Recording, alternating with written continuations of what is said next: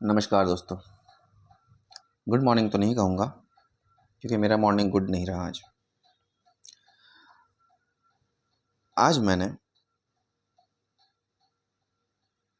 एक वीडियो देखा, हम उसकी बात करेंगे। पर आज हम जावा, प्रोग्रामिंग कॉन्सेप्ट्स, इंटरफेसेस, मल्टी थ्रेडिंग्स जैसे इंटरव्यूज़ कॉन्सेप्ट्स पे बात नहीं करने वाले हैं।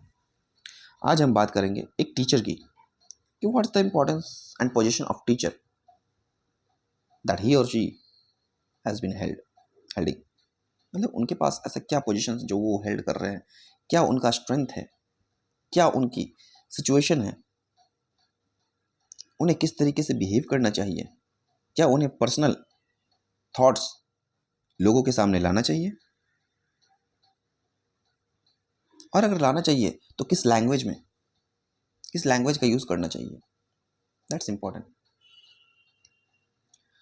मैंने आज एक वीडियो देखा जिसमें एक महिला, जी हाँ, मैं महिला शब्द का प्रयोग करूंगा क्योंकि वो मुझे किसी भी एंगल से टीचर तो नहीं लगती,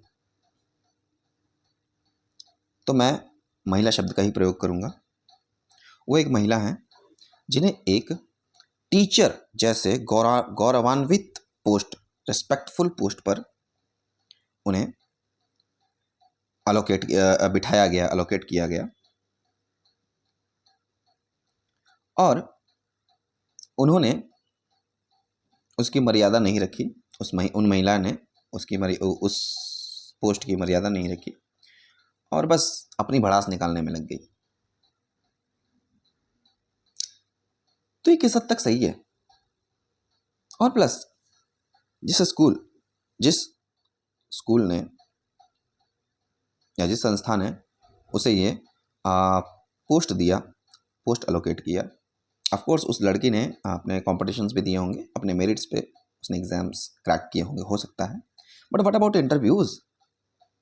उस संस्था ने उसका इंटरव्यूज़ लिया, क्या उन्हें इंटरव्यूज़ में इस तरह के ये बातें पता नहीं चली कि उस टीचर का civic sense, yes of course the exact word I am using, civic sense उस टीचर का कैसा है? आज जब वो अपने सोशल मीडिया हैंडल पे अपलोड करती हैं वीडियोस, मैं आज की बात नहीं कर रहा हूँ, आज से कुछ दिन पहले की बात, मेरे पास अभी वीडियो आई, ये कुछ सप्ताह 10 दिन से ट्रेंड में है। तो मतलब जब भी उन्होंने अपने वीडियो अपने सोशल मीडिया हैंडल पे अपलोड किया, तो ऑफ कोर्स उन्होंने फ्रीडम ऑफ स्पीच का यूज़ किया। बट क्या ये फ्रीडम ऑफ स्पीच का मतलब ये है कि मन में जो भी आए कुछ भी बक के चले गए? नहीं, दैट्स नॉट। आप अपना ओपिनियन रखिए, but in a matter, in a word, in a language जिससे किसी की भावनाओं को ठेस ना पहुंचे। उन्होंने क्या किया कि उनका बिहार राज्य में पोस्टिंग हुआ एज अ टीचर, और केंद्रीय विद्यालय ने उन्हें जहानाबाद वाले एरिया में पोस्टिंग दिया, जो पटना से कुछ पास ही पड़ता है, ज़्यादा दूर नहीं पड़ता। तो उस टीचर का नाम आप इंटरनेट पर सर्च कर लीजिएगा, मुझे याद नहीं आ रहा है और मैं बोलना भी नहीं चाहता। याद रहता तो अभी मैं बोलता नहीं, बट हाँ, ऐसे लोगों का मैं नाम याद नहीं रखता। हाँ, लेकिन उन्होंने लोगों के बारे में, बिहार के लोगों के बारे में बोला कि उनके पास सिविक सेंस नहीं है, the so called civic sense. So उन्होंने उस लगी, व्हाट इज दिस? मुझे खुद समझ में नहीं आ रहा है कि वो कहना क्या चाह रही है।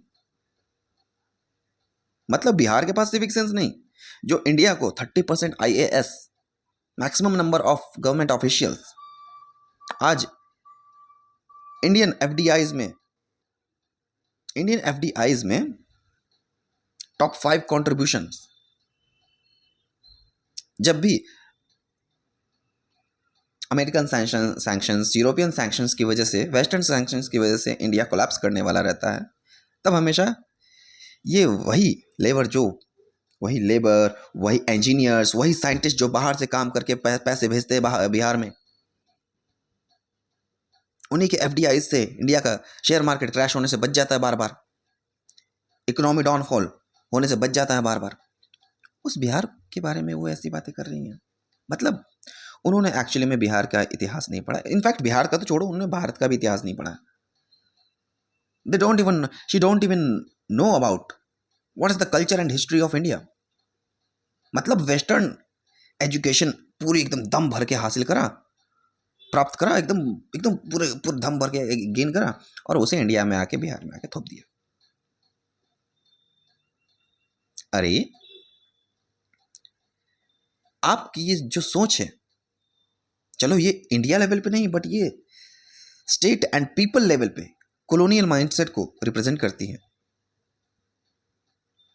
ऐसे लोगों को टीचर के पोस्ट पर बैठाना सही नहीं है। हमारा बिहार, यस एग्जैक्टली, हमारा बिहार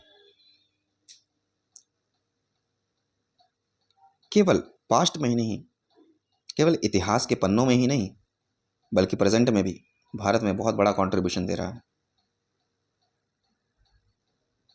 हाँ, कुछ हमारे यहाँ कुछ ग्राउंड लेवल, हमारे बिहार में कुछ ग्राउंड लेवल पर प्रॉब्लम्स हैं। कुछ समय में वो भी सुधर जाएगा, धीरे धीरे। सब कुछ में समय लगता है ऑफ कोर्स। बिहार एक टाइम पे सिर्फ एजुकेशन का ही नहीं, political power, education, research, knowledge, religion, not only religion, the creation and generation of religion, इन सब का हब रहा है। जहाँ जहाँ आप नहीं सोच सकते, astronomy, astrology, scientific research, mathematical research, इन सब का हब रहा है। जो फील्ड के बारे में दुनिया सोच भी नहीं सकती थी, वो फील्ड हमारे यहाँ जनरेट हुई है, क्रिएट हुई है।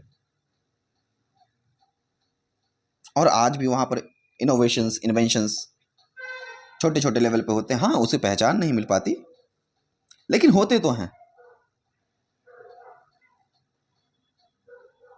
तो ये सब चीज़ें आपको थोड़ा ग्राउंड लेवल पे आपको लोगों को बतानी चाहिए, ना कि उसकी बुराई करनी चाहिए। और बिहार का इतिहास देखें तो एजुकेशन हब में विक्रमशिला, नालंदा विश्वविद्यालय, विक्रमशिला विश्वविद्यालय, ये सब बहुत फेमस रहे। सिर्फ आज की बात नहीं है। हाँ, क्योंकि ये पॉलिटिकली अखंड भारत की नींव इसी बिहार ने रखी थी, एंड ये पॉलिटिकली बहुत ज़्यादा स्ट्रांग हुआ करता था। चाहे मुगल्स आए, चाहे अम, चाहे गौरी आया, उसके बाद कुतुबुद्दीन ऐबक जो उसका गुलाम था, वो सब आए, उन्होंने राज किया, ठीक है। तो हाँ, क्योंकि ये सुप्रीम पावर हुआ करता था, तो सबसे पहले डिक्लाइन इसी ने देखी। चलो देखी तो देखी, पर फिर भी इसका कंट्रीब्यूशन रहा। और क्योंकि ये फ्रंट पे खड़ा था, तो आप लोग पीछे से बच गए, और सारी मुसीबतें आप लोग किसने झेली? चाहे गौरी, चाहे मुगल, चाहे ब्रिटिशर्स, जो भी आए, उन्होंने इसे बस लूटा, इसे बस कंज्यूम किया, इसका डेवलपमेंट नहीं किया। क्यों? क्योंकि ये पावर हब हुआ करता था, ये एजुकेशन हब हुआ करता था, कल्चर हब हुआ करता था, और उन सबको बस पूरे भारतवर्ष को लूटना था। तो बिहार भारत की आत्मा थी ही नहीं, आज भी है। पर हाँ, इस आत्मा को इतना लूटा गया कि आज यहाँ के लोग ग्राउंड लेवल पे थोड़े वीक हो चुके हैं, बट इतने भी नहीं कि इंडियन इकोनॉमी में कंट्रीब्यूशन नहीं करते हैं। Not only in Indian economy, ये वर्ल्ड इकोनॉमी में भी कंट्रीब्यूशन करते हैं।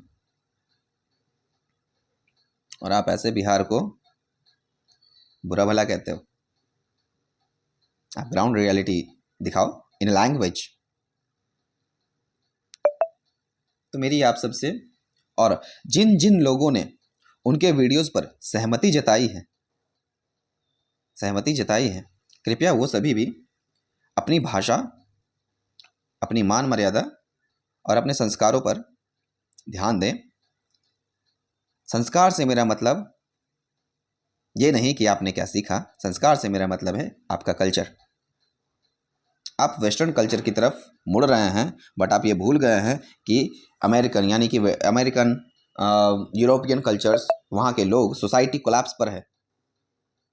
वहाँ के लोग एक साथ रहना नहीं चाह रहे हैं। अभी वहाँ की मिलिट्री इतनी स्ट्रांग है इसलिए बची हुई है। गलती से अगर वहाँ की मिलिट्री थोड़ी सी वीक हुई तो तुरंत आपस में ही लड़ मर जाएंगे। ये मैं नहीं कह रहा हूँ, या आप कहीं पर भी टाइम्स ऑफ इंडिया, या आप इकोनॉमिक्स टाइम्स, या आप New York times, the New York times के भी आप रिसर्च पेपर्स आप उठा के देख लेंगे, आपको वहाँ मिल जाएंगे। मैं ये सब आर्टिकल्स पढ़ते रहता, तो वहाँ से मुझे इन्फॉर्मेशन मिलती है। तो आप वहाँ से भी देख सकते हैं कि is the American society going to collapse, is the European society going to collapse. तो आप वहाँ पर से भी देख सकते हैं, ऐसे आर्टिकल्स वहाँ पर पब्लिश रहते हैं। सो ये मेरा अपना ओपिनियन नहीं है, उन आर्टिकल्स के बेसिस पे मैं कह रहा हूँ। तो इसलिए ये सब चीज़ें सोचना बंद कीजिए। और हाँ, अगर आप इसमें अपना कुछ कंट्रीब्यूशन कर सकते हैं, डेवलपमेंट में कंट्रीब्यूशन कर सकते हैं, जैसे उन्हें एक टीचर का पोस्ट दिया गया था, तो उन्होंने बिहार की बहुत सारी कमियां तो निकाली, गालियां भी दी, अभद्र भाषा का प्रयोग किया, तो दी, बट एज अ टीचर उन्हें क्या ये करना चाहिए था, या वहाँ के स्टूडेंट्स को पढ़ाकर ये समझाना चाहिए था कि नहीं, तुम अपने ही बिहार में इनोवेशंस करो, इन्वेंशंस करो, बिजनेस एस्टेब्लिश करो, अपने स्टेट में करो, यहाँ के बेसिक प्रॉब्लम्स को समझो और उसे सॉल्व करो। ये उनकी रिस्पॉन्सिबिलिटी थी जो उन्होंने नहीं किया। तो हमारा ये वीडियो आज यहीं तक था।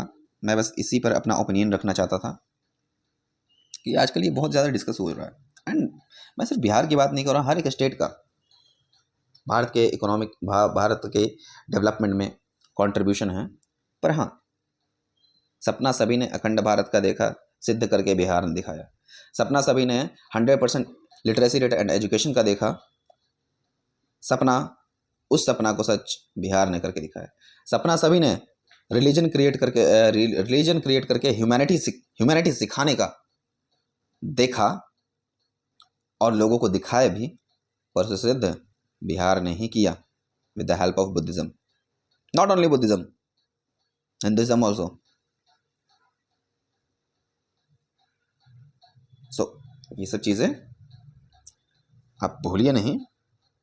आप लोग केवल सपना देख सकते हैं, यदि आप लोग नहीं कर तो आप भी सकते हैं, पर आप वो ग्राउंड प्रॉब्लम आप सॉल्व नहीं करना चाहते, आप बस प्रॉब्लम से भागना चाहते हैं। तो जो लोग प्रॉब्लम से भागना चाहते हैं वो लोग सिर्फ दूसरों से जलकर उनकी बुराइयां कर सकते हैं, पर समस्याओं का समाधान नहीं कर सकते।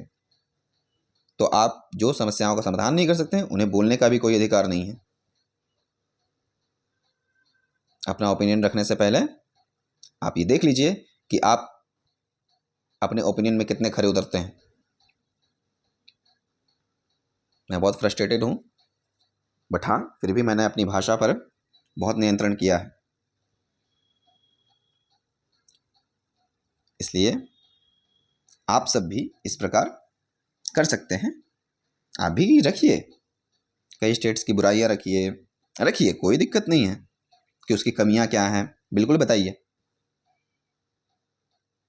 पर एक सही लैंग्वेज में। आप अपना फ्रस्ट्रेशन निकालने के चक्कर में कुछ भी आए और कुछ भी बक दिए हैं, ऐसे नहीं होगा। वो मैडम के साथ हो रहा है उनके साथ कानूनी कार्रवाई हो रही है, तो आप भी कृपया बहुत सावधानी से अपने वचनों का प्रयोग कीजिए। मैं आप सभी